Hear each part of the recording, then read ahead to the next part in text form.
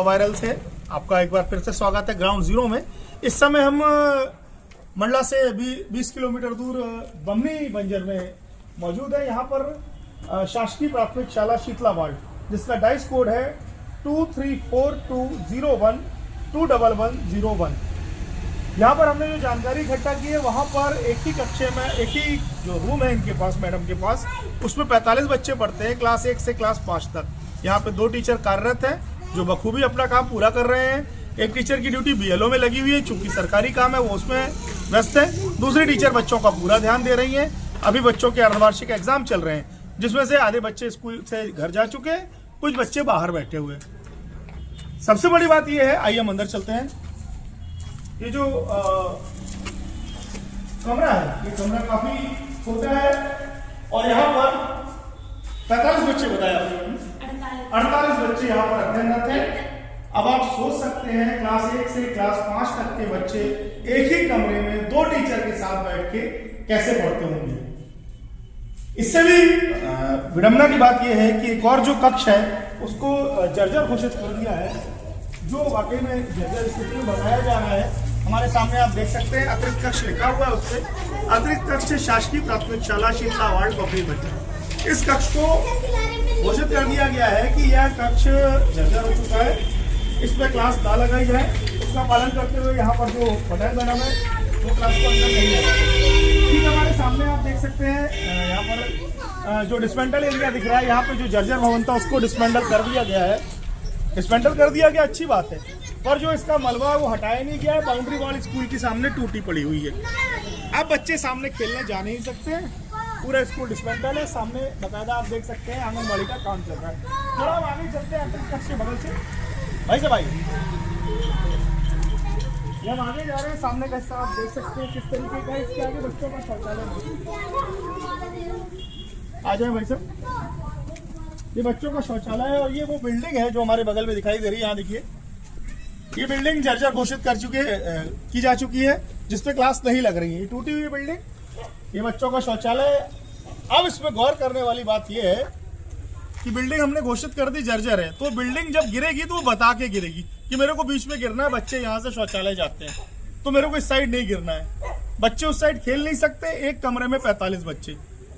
ये हमारे विभाग की वो लचर व्यवस्था है जिसको सुधारने के लिए हम पुरजोर कोशिश कर रहे हैं। श्रीमती वरुणा पटेल, प्राथमिक शाला शीतला वार्ड बमनी बंजर में पदस्थ हूँ। यहाँ पर हम लोग 2 शिक्षिकाएं पदस्थ हैं।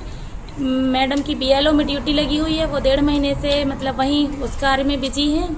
और सर यहाँ 48 बच्चे हैं, एक ही रूम में बैठ के पढ़ रहे हैं सारे बच्चे, तो बच्चों को पढ़ने में असुविधा हो रही है सर।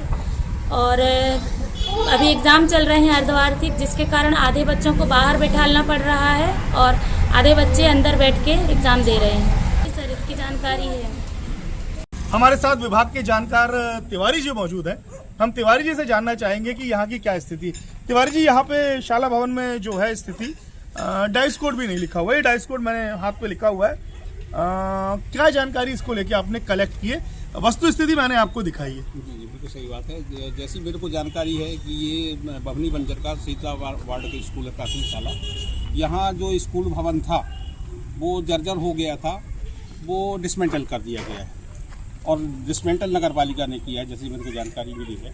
यहाँ बाउंड्री वाल भी नहीं है, कभी भी कोई भी जानवर, ये मासूम बच्चे पढ़ रहे हैं, यहाँ प्रवेश कर सकते हैं। दूसरी गौर करने वाली बात यह है कि 2 अतिरिक्त कक्ष हैं यहाँ पर, और ऐसा तो नहीं लग रहा है ये अतिरिक्त कक्ष देख के कि ये बहुत पुराने हों। लगभग मेरे ख्याल से ये अभी बने होंगे, पर उसमें सन वगैरह नहीं है। जो जानकारी प्राप्त है विभाग से, इसकी जानकारी अपन लेंगे। तो एक अतिरिक्त कक्ष को उपयंत्री द्वारा जर्जर घोषित कर दिया गया है। अब चूंकि वो जर्जर घोषित हो गया, तो अब बचा एक कक्ष। तो एक कक्ष में 48 बच्चे बैठ के अध्यापन कर रहे हैं। दूसरी विडंबना ये है कि सामने मलबा पड़ा हुआ है।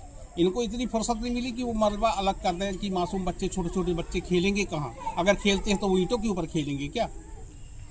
वहीं अपन देखते हैं कि यहाँ पर जर्जर जो भवन घोषित किया गया है, तो उस तरफ क्लास लग रही है, इस तरफ उनका शौचालय है। तो वहीं से शौचालय जाएंगे तो क्या दीवार बता के गिरेगी? जैसा आपने बताया कि दीवार बता के थोड़ी ना गिरेगी, वो तो कभी भी हादसा हो सकता है।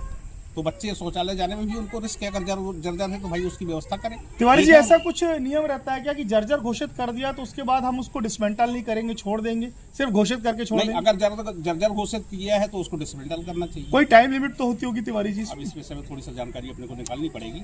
हम यदि इस विषय में जानकारी चाहे तो हमें किससे बात करनी चाहिए? इस संबंध में एसडीओ से बात करना पड़ेगी या ओपीएंत्री से बात करनी पड़ेगी। वो जिला तो शिक्षा केंद्र जिले में शायद एक ही एसडीओ पदस्थ है, ओपीएंत्री कई हो सकते हैं, एक ही हाँ, एसडीओ हाँ, और वो पूरा जिला संभाल रहे हैं, जैसा कि अभी तक हम कवरेज में देखते आ रहे हैं। और जिला वो क्या संभाल रहे हैं तो आपके सामने स्थिति मौजूद। सामने दिख रहा है। मतलब कुल मिला के देखा जाए तो बच्चों के भविष्य से ये खिलवाड़ है। जिले में तो अपन देख रहे हैं भाई साहब, यहाँ की शिक्षा व्यवस्था भवन को लेके तो बहुत ही नाजुक है, जो रोज अपन देख रहे हैं, रोज आप लोग दिखा रहे हैं, जो वाकई में मतलब गंभीर प्रश्न उठता है। बहुत बहुत धन्यवाद तिवारी जी आपका। हमारे साथ राकेश झा जी मौजूद है। आइए हम डिसमेंटल एरिया की ओर और देखते हैं।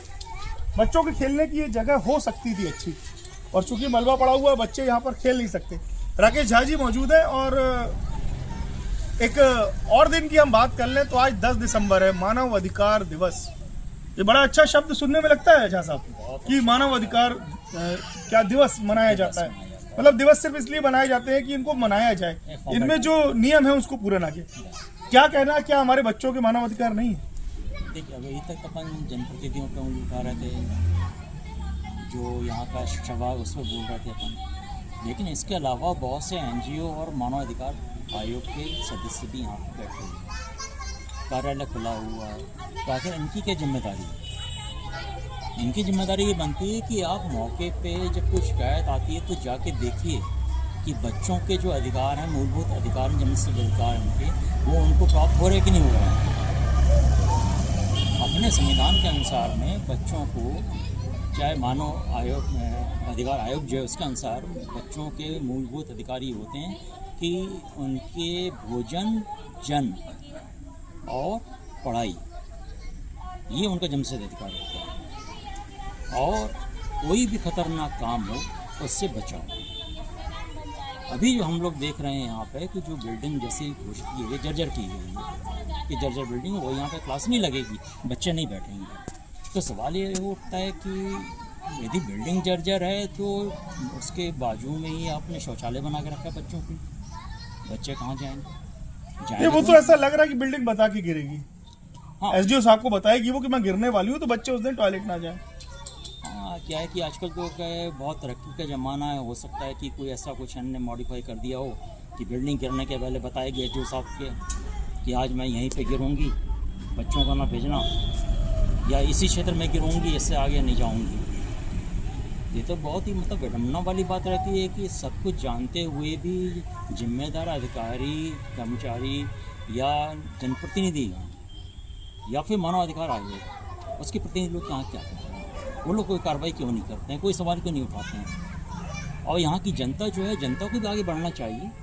उनके बच्चे पढ़ रहे हैं यहाँ पे, कल के दिन कोई दुर्घटना घटेगी तो उनका जो अधिकारी हैं चाहे कर्मचारी हैं, उनका कुछ नहीं जाना है, वो अपने बच्चों को खो देंगे। ऐसे एक जवाबदेही उनकी बनती है, उनको सामने आना चाहिए, इस बात के लिए विरोध करना चाहिए। बहुत बहुत धन्यवाद जय साहब आपका। तो देखा आपने ग्राउंड जीरो से हमने आपको दिखाया कि बमनी का जो शीतला वार्ड है, यहाँ पर जो भवन है, एक भवन जर्जर हो चुका है, दूसरे भवन में क्लास लग रही है। एक क्लास के अंदर 48 बच्चे पढ़ रहे हैं, 2 टीचर यहाँ पर ड्यूटी पर हैं, एक टीचर की BLO में ड्यूटी लगी हुई है, वो सरकारी काम में व्यस्त है। अपनी अर्धवार्षिक परीक्षा चल रही है पर उसका इससे कोई फर्क नहीं पड़ता। पीछे हमारे डिसमेंटल भवन पड़ा हुआ है जहाँ बच्चों की खेलने की व्यवस्था खत्म हो चुकी है। गौरतलब बात है कि आज मानव अधिकार दिवस भी है और बच्चों को हमारे अधिकारों से वंचित रखा जा रहा है। मानव अधिकार आयोग का जो हमारे यहाँ जिले में ऑफिस है, वहाँ पे चिट्ठियाँ आती हैं, वो कार्रवाई के लिए चिट्ठी लिख देते हैं, भोपाल से कुछ समाचार जारी हो जाते हैं और इतिश्री हो जाती है।